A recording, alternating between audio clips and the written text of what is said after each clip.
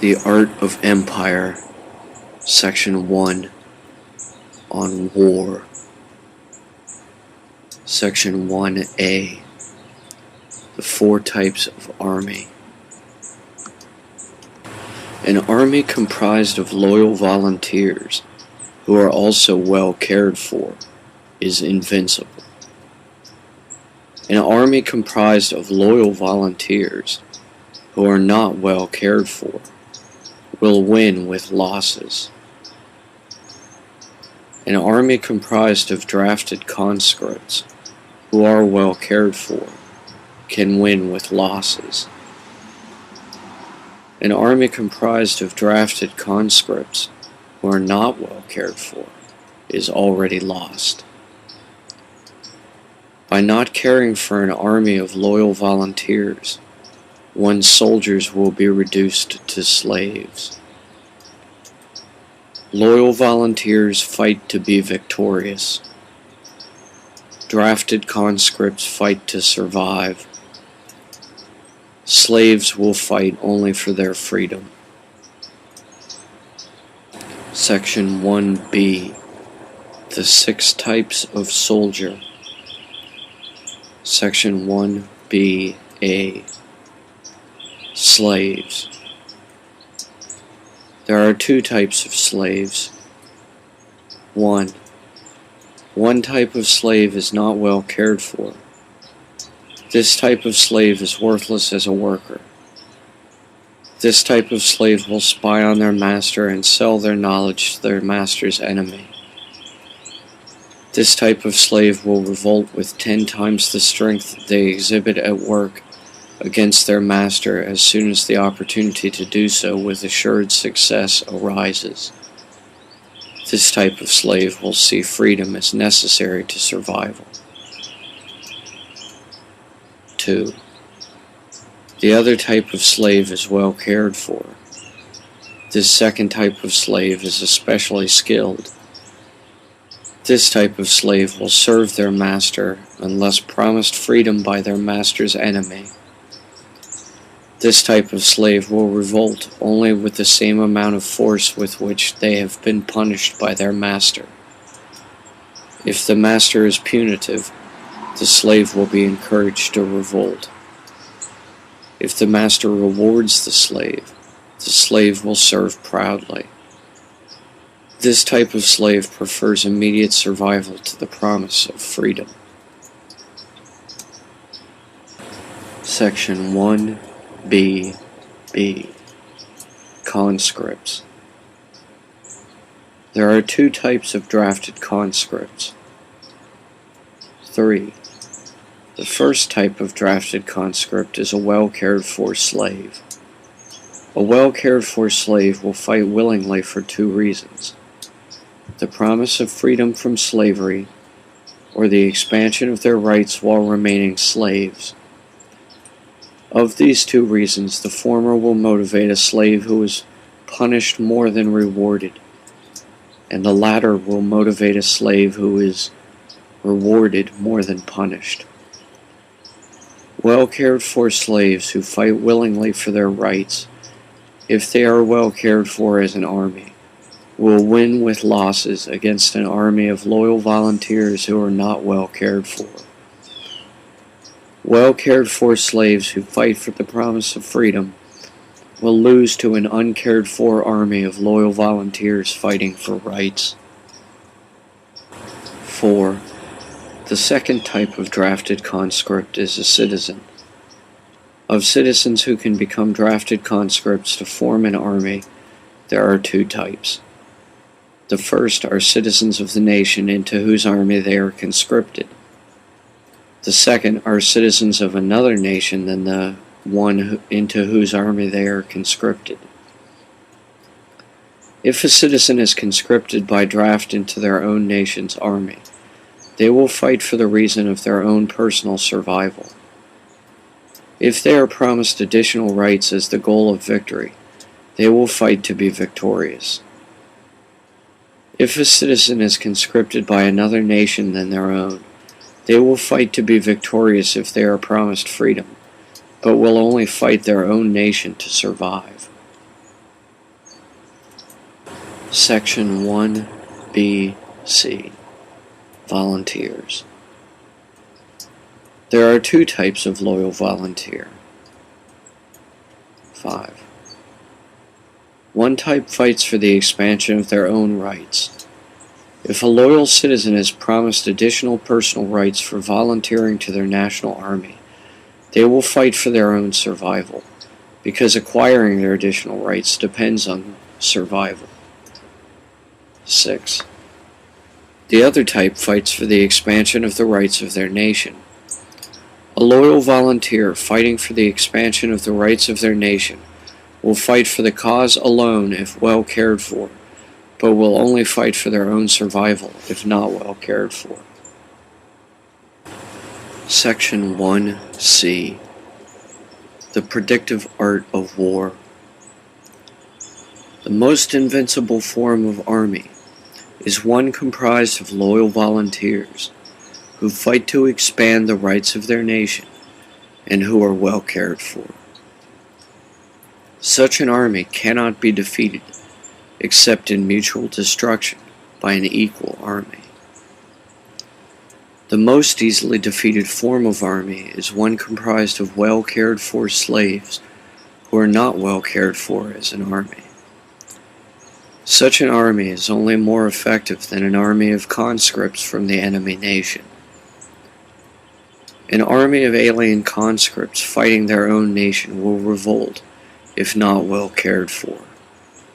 An army of uncared for slaves will revolt.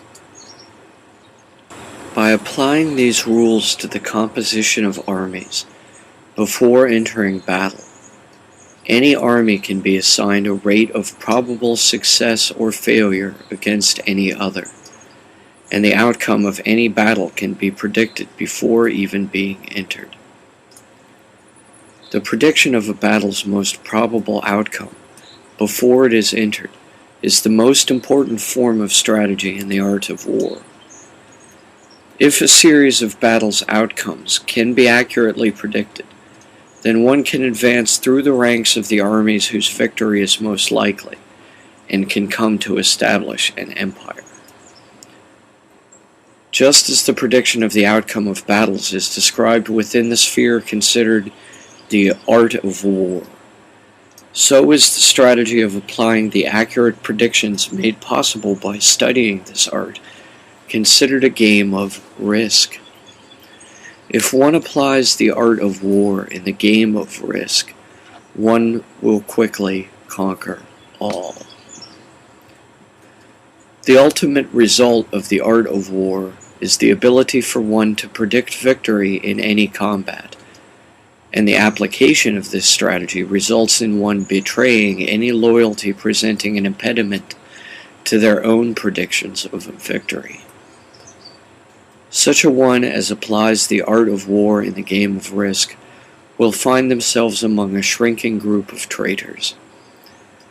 Only by stabbing your last friend in the back can a safe empire be assured. Section 2. On Empire. Section 2A. The bureaucratic art of empire.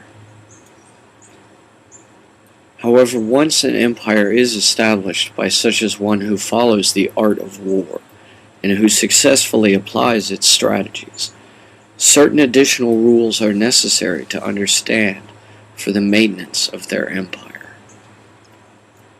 It is necessary, then, to apply the same rules to one's own loyal populations during a peaceful empire as are used in composing an army. The primary difference is that, while one deals with the compositions of armies to battle enemy nations, one is attempting to maximize the likelihood of victory of their own nation's army over their nation's enemy's army. In point of fact, the opposite is desired to maintain an empire. Rather than a strong army, the goal of empire is a weak population.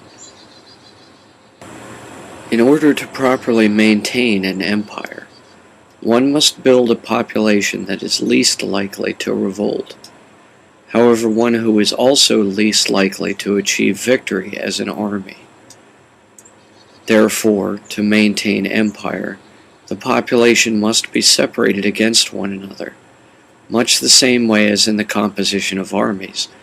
However, instead of an army that can be mobilized against an enemy nation, the preferable form for an empire is a police force that can be utilized against their own national population.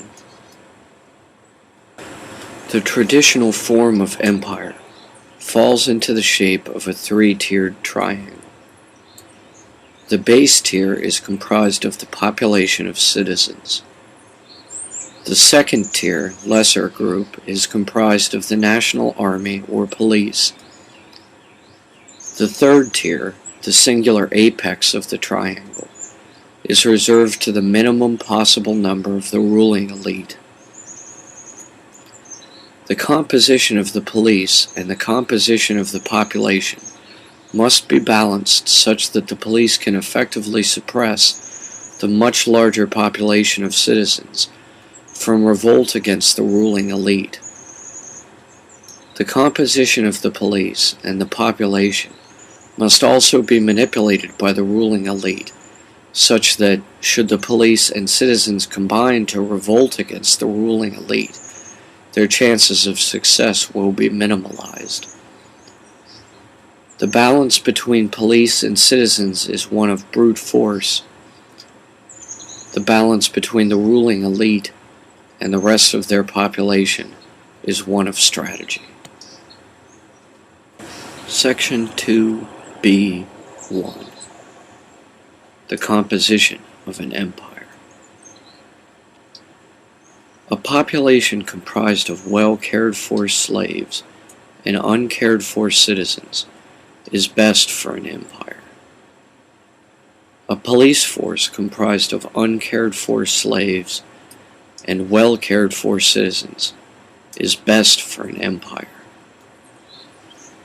A population or police force comprised of well-cared-for slaves and citizens will desire expansion of rights.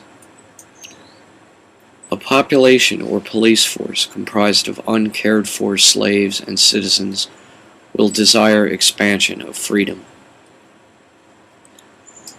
If citizens that desire rights combine with a police force that desires freedom, they will revolt against the ruling elite. If citizens that desire freedom revolt, a police force that desires rights will combine with the ruling elite.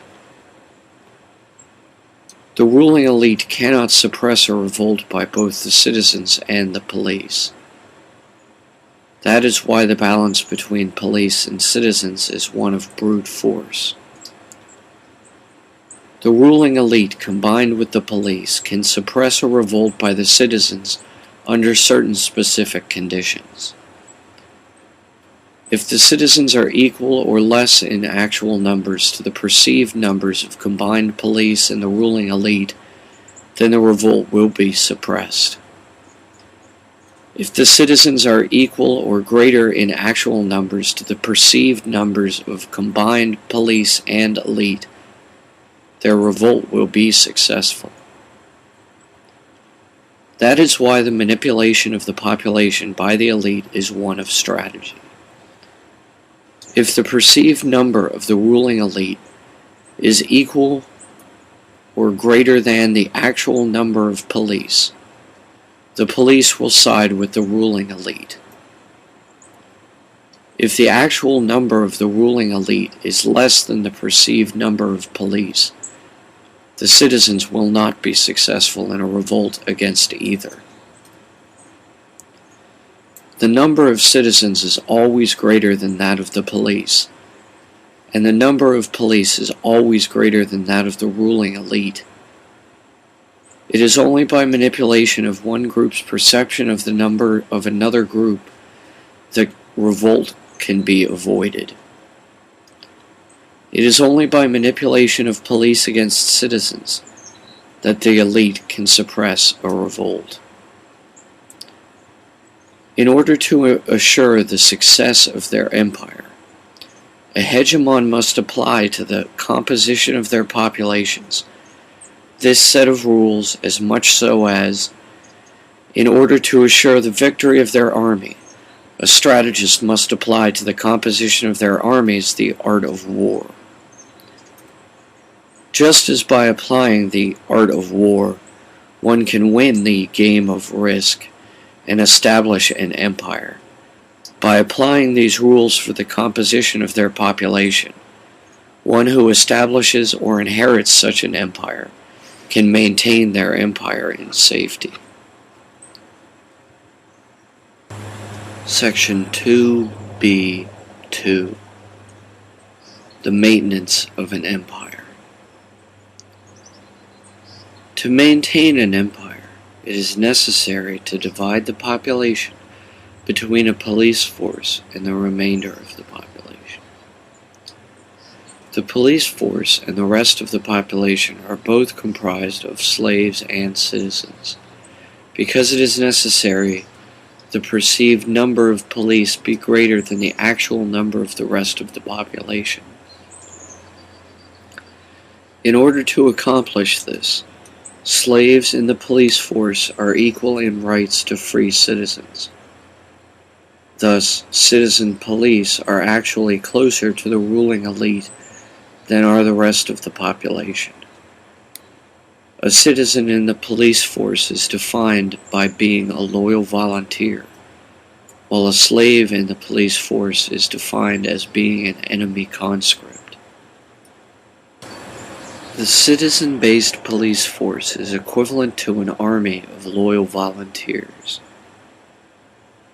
Just as a well-cared-for army of loyal volunteers is invincible in battle, the citizen-based police force is life or death in suppressing a revolt. In order to survive, it is necessary for the ruling elite or hegemon to establish a citizen-based police force greater in perceived number than the actual number of the non-police force population. Thus, well taken care of slaves will side with the citizen-based police force, and so the perceived number of police will be greater than the actual number of citizens. In an empire under such conditions, whereby citizens who serve the role of police are well cared for, where citizens who do not serve the role of police are given less rights, and where well taken care of slaves are more likely to side with the police force than with their masters who are non-police free citizens, the ruling elite will prosper.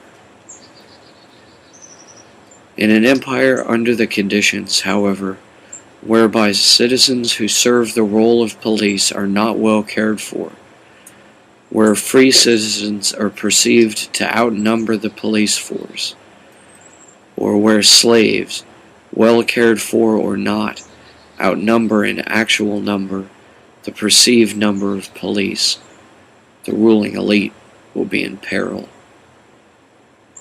Section 2b(2)(a) Spies and Revolutions. The citizen-based police force, given additional rights to free citizens, and well cared for, can be conscripted to serve the ruling elite in a capacity equivalent to that of an uncared for slave eager to betray their punitive master. This specialized role of the citizen police officer is that of the spy. The perceived number of spies is equal to the actual number of loyal volunteers to the citizen-based police force, even though not all loyal police are spies. This is, ultimately, the most important variable in the entire equation of empire. If the actual number of spies is less than or equal to the actual number of volunteer police, and the actual number of the ruling elite is less than the actual number of spies, the ruling elite will prosper most. However, if there is only a slight inequality in either of these cases, to imbalance the equation in the opposite direction, it will allow a successful revolt by the population against the ruling elite. If the actual number of spies were perceived to be less than the actual number of voluntary police, as it actually is, then the balance would be tipped in favor of the population. The slaves would revolt against their masters, the citizens against the police, the slave police against the free, and the free police against the spies, until the spies themselves would revolt against the ruling elite. Each of these naturally outnumbers the next, such that eventually the entire population would side against the ruling elite. The form of revolt in which the entire population sides against the ruling elite is called a revolution. When one ruling elite is overthrown in a successful revolution, a larger actual number ruling elite establishes a new empire. Because the entire mechanism of empire hinges on the single gear, defined as the perceived number of spies being greater than or equal to the actual number of free police, it is also this linchpin that must be studied to achieve a successful revolution.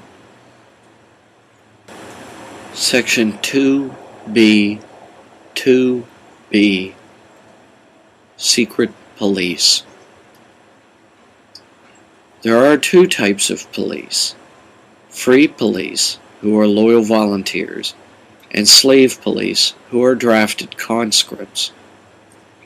The actual number of spies is comprised of a fraction of the free police and a fraction of the slave police as well.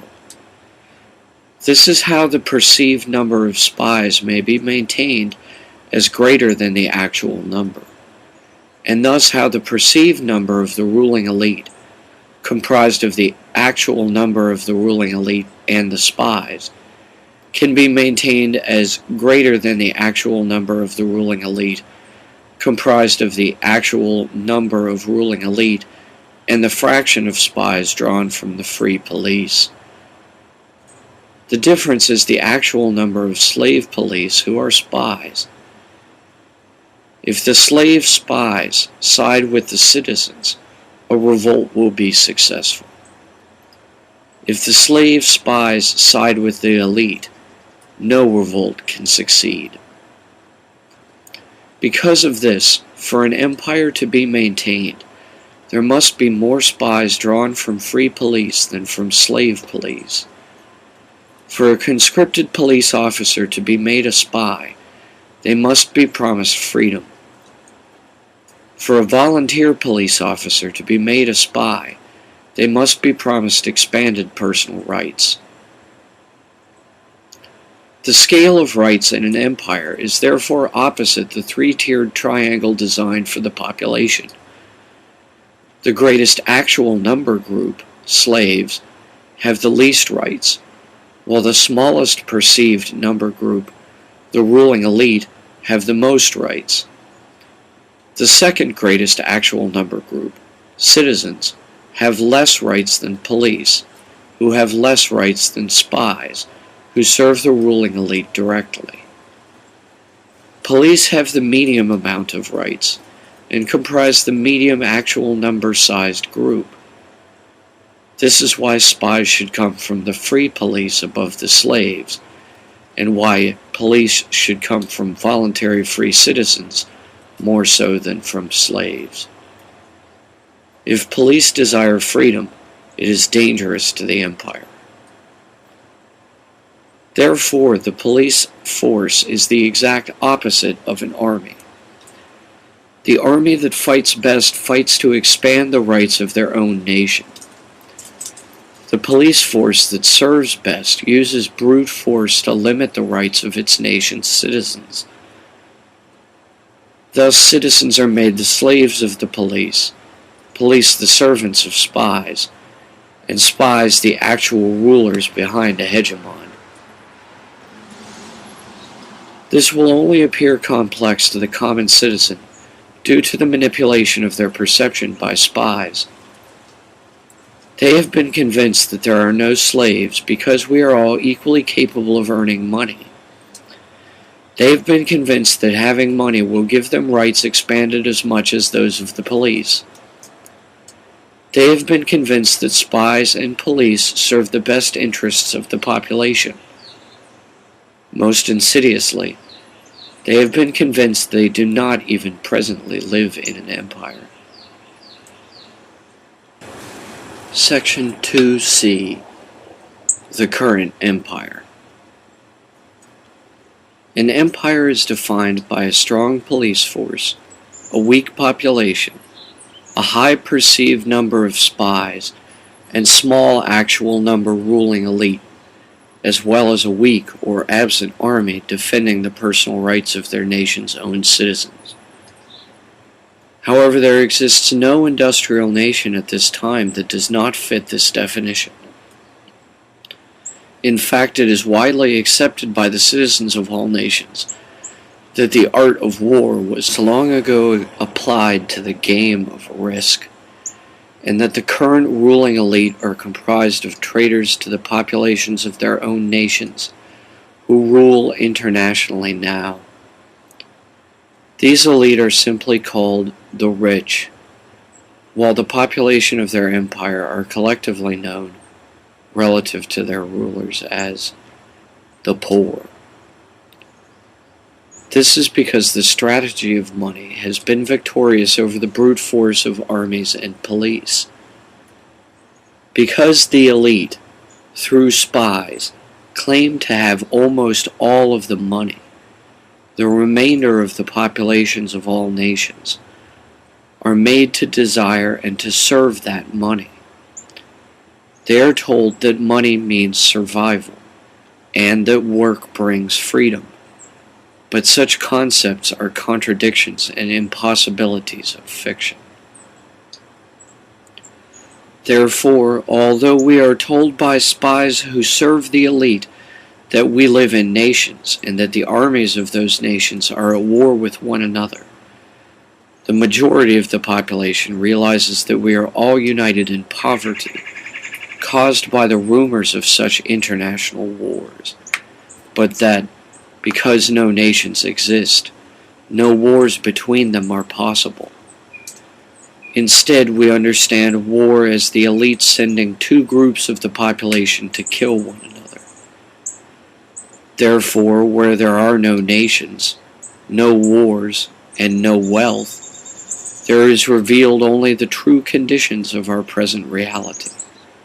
The ruling elite, their spies, and the police who oppress money slaves. All serve to gain the promise of wealth, which they themselves will never actually possess. Until the population of citizens realizes that, relative to police, they have the same rights as slaves do relative to citizens, there will not be a revolution. Just as slaves fear free citizens, the citizens who fear the police will remain slaves to their own luxury. So long as citizens fear police, police enjoy expanded rights to those of citizens. So long as this continues to be the case, the current empire will persist. Section 3. On hegemony. Section 3A. Imperialism's cause. Section 3A.1. Inner bipolar dualism. Ultimately, the philosophy idealizing imperialism is a condition of simultaneous duality, resulting in bilocation of one's focus between opposite conflicting concepts. The bicamerality of the cerebrum allows such dualism to be mimicked in the psyche as cognitive dissonance over concepts such as good and evil. When a mind begins to think in terms of absolutes, of extreme opposites, it will divide its own potential for expansion against itself in a manner that will shrink its capacity. This method of calisthenic friction is what causes the effect of consciousness to exist initially, the spark that fuels the flame of ego. However, when dwelt in too long, rather than grown beyond, such a bipolar mindset will eventually oscillate between manic or depressed emotions, inspired or distracted cognitions, creative or destructive activities, and sadistic or masochistic impulses. When dwelt upon, the apparently paradoxical simultaneous existence of opposite conditions in nature, such as light and dark, hot and cold, day and night, black and white, etc., will prolong the psychic symptoms of bipolarity, being the self-imposed disease of an introverted ego. Outside of such a bipolar type of mind, the idea of an empire would never have come up, and mankind would yet, even now, remain in the more psychically awake, less technologically developed condition we dwelt in prior to our discovery of and first attempts at what we now call civilization. During the early Paleolithic, when different tribes began to be forced to share space in the same caves due to the lengthening winters at the beginning of the most recent North Hemisphere Ice Age, this bipolar mind state in our species' first potential hegemons originally arose. The idea of how to convince other tribes to share space comfortably led to the inevitable conclusion of formulating and enforcing a plan to influence them toward doing so. This idea, taken to its ultimate conclusion, is an empire, and the person who embraces such would be its hegemon. The mind of one who would be a hegemon of their own empire is, by its own definition, locked by itself into a dual-cell prison, the mental condition of bipolar extremism that exploits as resources the dualisms in nature, and which arises from the split nature of the twin halves of our own species' brains. Thus, all empire symbolizes the redoubling of this initial dualism. That is why empire hinges on even numbers, while a true democracy, where government is decentralized into a pluralism, legality is unenforced or non-authoritarian, and all individuals' freedom is maximized, depends on having a government based on odd numbers. Any even number may be split evenly into two equal parts. Any odd number cannot.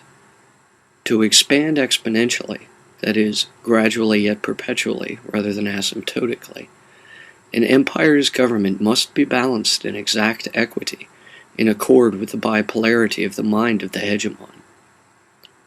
The most stable and longest-lasting empires expand exponentially. Section 3A2. Outer Exponential Dialectics. To study this effect of exponential expansion by perpetual doubling, we begin by examining the rule of 4 that arises between the foundation level, inner bipolarity, and the next iteration of greater sum, outer dualities. Because bipolarity is a condition of cognitive consciousness, and a hegemon is a sociological archetype, we cannot say the two are entirely one and the same. There are those who are both, as well as those who are neither, as well as those who are only one or the other. Hence, the law of 4 arises, presented as the 4-part yin-yang, or black and white 6/9 logo, where each opposed side contains its opposite within its own core also. To study the impact of perpetually doubling the original idea of a bipolar hegemon into an actual empire, we thus return to this technique of seeing good opposite evil yet each containing the other as well, such that within good there is evil, and such that within evil there is good. By fracturing each half of the mirrored reflections, a hologrammatical cellular division occurs, like meiosis, when a single cell divides first into 2, then next into 4, and continues dividing itself within by multiplying the numbers of its constituent components, thus to 8, then 16, etc., by perpetually doubling.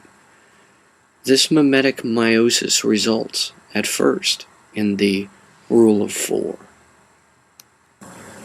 To study the social impact of an empire itself being expanded by such a method, we must then return again to applying to sociology this rule of 4, where there is good within evil and evil within good, as well as only both good and evil alone, where there are those who are both or neither, as well as only one or the other, and where any group, if opposed to another, will eventually be infiltrated and subverted from within to merge its motives towards those of the opposed group, until eventually dialectical synthesis between both is achieved. Dialectical synthesis, usually modeled as a triangle with angles labeled thesis, antithesis, and synthesis, if expanded into a tetrahedron by including the operant observer's objective point of view on the process, is the same as the rule of 4.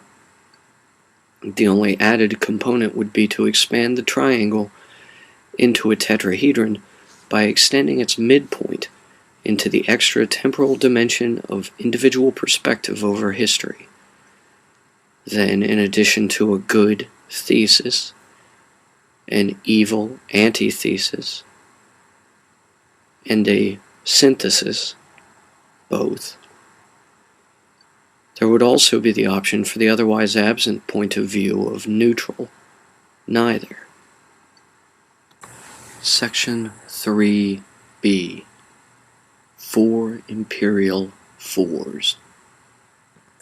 Section 3b.1. The 4 ways empires begin. The idea of empire begins in the bipolar mind of any would-be hegemon. Any individual, bipolar would-be hegemon or not, can, thus, first encounter this idea of empire's pre-existence to themselves in one of 2 ways. They can formulate this conclusion for themselves on their own, or they may be introduced to it first in the exterior world.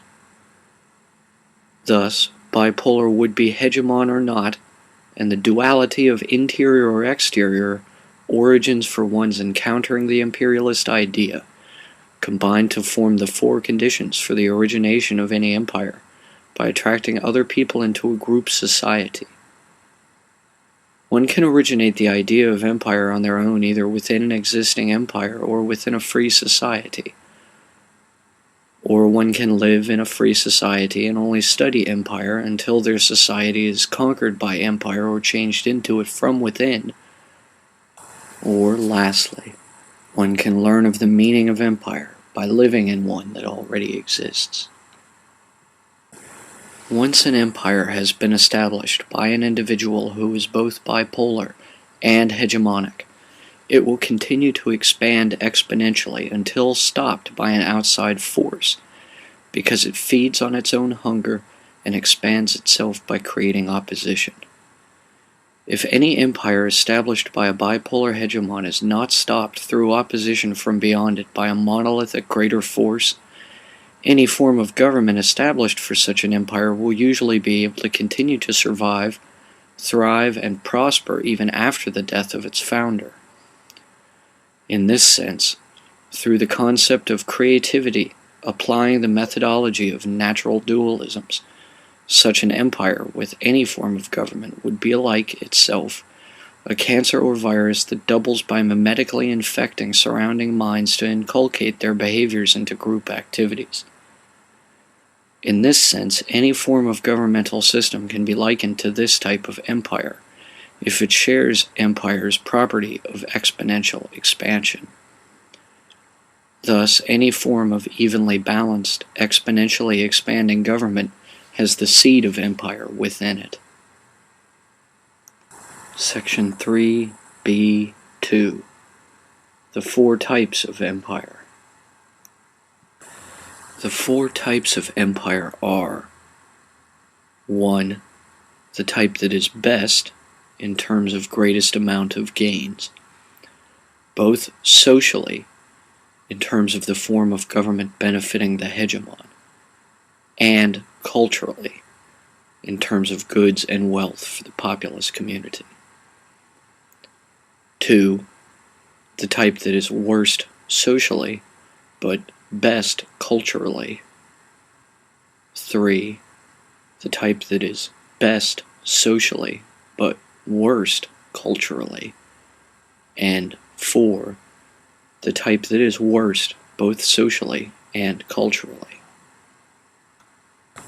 1. The type of empire that is best, both socially and culturally, benefits the hegemon above the people equally as much as it benefits the people below the hegemon. There is a strong sense of national defense within the empire, a strong patrol along its border, no rumors of threats from within or without, and a strong economy based on prosperity being attained by combinations of saving, trading, and earning. This sort of empire, because it is prosperous, is often not considered an empire by its citizens, although it does support as a figurehead a non-elected authoritarian hegemon. In such an empire, it is possible for the idea of democracy to generate and flourish in opposition or complementarity to the existence of the hegemony. If the hegemon is wise, they will encourage democracy to preserve the peace. If the hegemon is unwise, they will squander the empire's wealth on excesses of welfare or war. Any empire that can become a democracy is exonerated as being good, compared to any democracy that becomes an empire, seen historically as inherently evil. 2. The type of empire that is worst socially, but also best culturally, is considered a democratic form of an empire. In a democratic type empire, there remains a single hegemon attached to the democratic wing of the state's government, in title alone. The right of the hegemon to dictate governmental form and set its policies atrophies until lastly it is erased. In this form of an empire, only a minority know they are living in an empire, and these minority are in the democratic wing of the imperial state's government. The majority of the population benefit more than this minority in terms of per capita income, and thus the minority who comprise the democratic imperial wing of their empire's government become a shrinking personality cult centered around a bipolar hegemon. Such an empire is prosperous for its populace, but they consider it an empire in name only. A sudden war from outside, or rumors of such a war coming, spread by dissidents within, will function as a pivot point for whether such an empire can continue to prosper, or if it will become destabilized. 3. The type of empire that is best socially, but also worst culturally, is considered a republic form of an empire. In a republican empire, there can remain a single hegemon over the entire governmental system of the state. However, it is also necessarily requisite for there to be a democratic wing of the government attached to the machine of the state that will, supposedly, whether accomplishing it or not, influence the hegemon's dictates on behalf of the populations of their empire. In this form of an empire, the majority of the population know they live in an empire, but a minority remain unaware of their surroundings even being considered such. This minority should benefit most among the population from the redistribution by the hegemon of the empire's wealth. Because it is best for the hegemon in such a republican form of empire when this rich minority controls the democratic wing of the government. 4. The type of empire that is worst, both socially and culturally, benefits neither the hegemon nor their empire. In such a failing empire, we find plagues, famines, wars and rumors of wars, riots and natural disasters have crippled the empire's ability to expand. Any empire that stymies long is doomed. Any empire that cannot sustain expansion stymies. Any empire that benefits either the hegemon of the state or the populations of the empire more than the other for too long, without rebalancing by the pendulum swinging back the other way, risks a revolution. Any empire that reaches such a plateau is doomed if the hegemon remains bipolar, and it will degenerate into forgotten dust. Any empire that reaches such a plateau is salvaged only by adapting to populist calls for pro-democratic government reform. Section 3b3. The 4 ways empires end. The 4 ways an empire can be brought down are: 1. By prolonged foreign war expenses or rumors of foreign invasion spread by dissidents within the populace. 2. By overinflation of a credit-debit bubble economy based on fiat or only apparent economic prosperity. 3. By riots and pro-democratic reform populist movements eroding confidence in their empire's system of government and or the hegemon personally. 4. By the death in office or removal from it by armed forces of the hegemon personally. It is because of these 4 causes, most of which occur in combination with one or more of the others by the empire's ultimate conclusion, that there are said to be 4 horsemen who appear when the world ends: the horsemen of war, of famine, of disease, and of death. 1. An empire that has a strong economy, but does not have a standing military, is best, both socially and culturally, because even if it has no democratic wing of its government, none of its citizens ever consider their surroundings as an oppressive authoritarian dictatorship. This form of empire can end by becoming a democracy. 2. An empire that has a weak economy and a non-existent military force is the result of pro-democratic reforms that weaken the right to authoritarian dictatorship by the hegemon.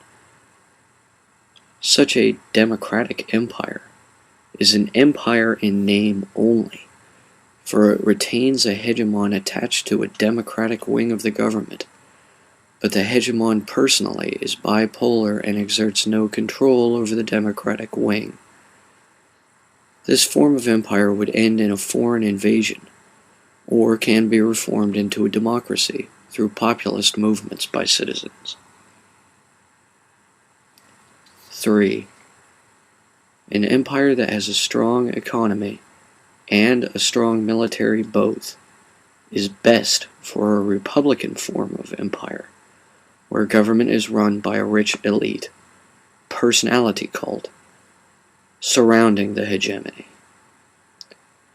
This form of empire will end in citizen riots from within, and they will eventually adapt to foreign cultures.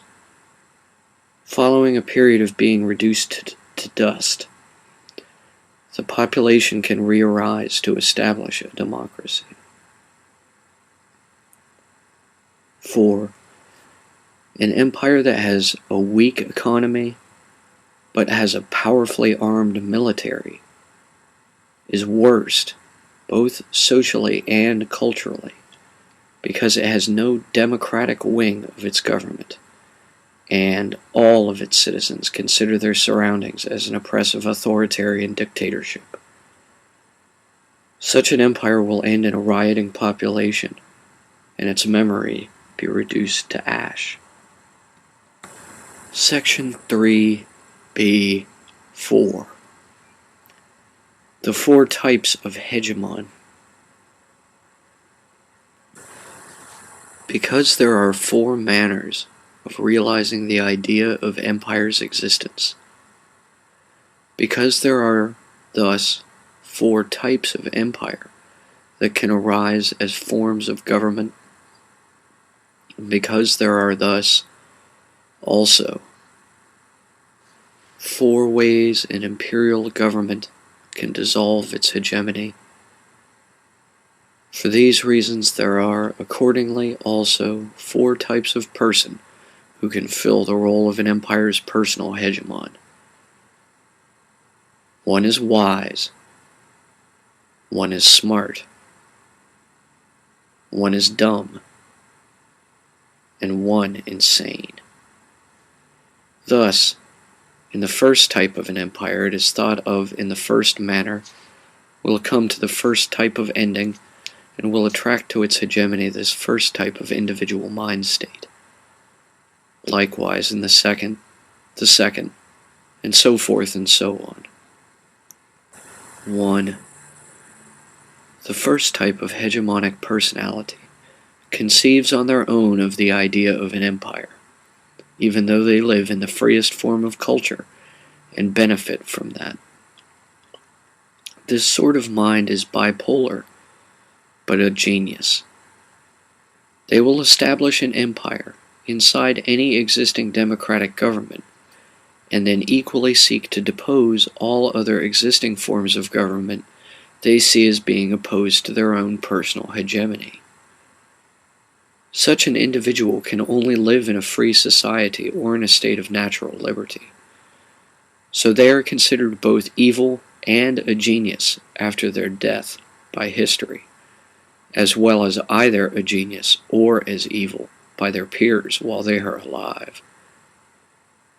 If they establish, subvert, conquer, or inherit an empire, a person who is both bipolar and very intelligent will be equally considered wise by their own citizens and envied by citizens of other types of government, and their personal ideals for their own empire will be considered democratic compared to most others. 2. The second type of hegemonic personality conceives on their own of the idea of an empire, but is also a citizen of existing surroundings considered an oppressive authoritarian dictatorship by the majority. This person is intelligent, is not bipolar, and may either belong to a rich elite or to a middle class. Their ideals for how to establish their own hegemony are legal in accord with the democratic empire form of government in which they are citizens, and thus they are allowed, in some cases encouraged, to rise to achieve a high-ranking office's authority. If an intelligent but not bipolar individual from an economically satisfying level rises within a democratic empire's government, it will be through endorsing that government's status quo. And if such an individual comes to sit on the highest throne and become the hegemon themselves, their goal will be their empire's preservation. though they may not think they understand the principles of democracy very well themselves. Such people are considered more likely to be open to pro-democratic reforms to their government, if not born into poverty. 3. To the third type of hegemonic personality. The idea of empire was never innate. Instead, it was learned by them while living in a free culture and a more republican society. This sort of hegemon is usually born into the middle class or into poverty, will claim pro-democratic reforms dangerous new ideas, and side with survivalist realism above romantic idealism. This sort of person is, in short, born as chattel into the herd. If they are more likely middle class, it is because their pro-republican empire is not in a foreign war or does not have a standing army. If they are more likely poor, it is because their pro-republican empire is already at war against invasion or has an imbalance of economic development toward militarism. If someone who is middle class in a more prosperous, more pacifist empire learns of the fact they live in an empire, they can attempt to change the system of government from within to suit their own liking. If one who is born poor in a less prosperous, more militarized empire learns they live in an empire, they may only try to change the system of government from outside of it. If such a person of average or just below average intelligence becomes the hegemon, they will embrace pro-democracy reforms if middle class or if both poor and weak. If such a person of average or just below average intelligence becomes the hegemon, and they were born poor but have grown strong-willed, they will adamantly shun pro-democratic reforms. 4. To the fourth type of hegemonic personality, someone who is both of average or below average intelligence and is bipolar. Their lust for learning more about empires and seeking to establish one of their own for themselves stems from being born into poverty in a crumbling empire, where pro-democracy rioters attack the bipolar hegemon's military insulation from their own opposition's economic decay. Such a person, who learns of empire, who is born into poverty and surroundings that are known by all to be an authoritarian dictatorship, and who ends up being the hegemon of their own empire, will not accept any pro-democratic reforms. They will establish a hit list of their enemies. They will enforce their will more directly on the citizens of their empire by being unlikely to establish a democratic wing of their government, nor to obey the laws of any existing type of such social compact.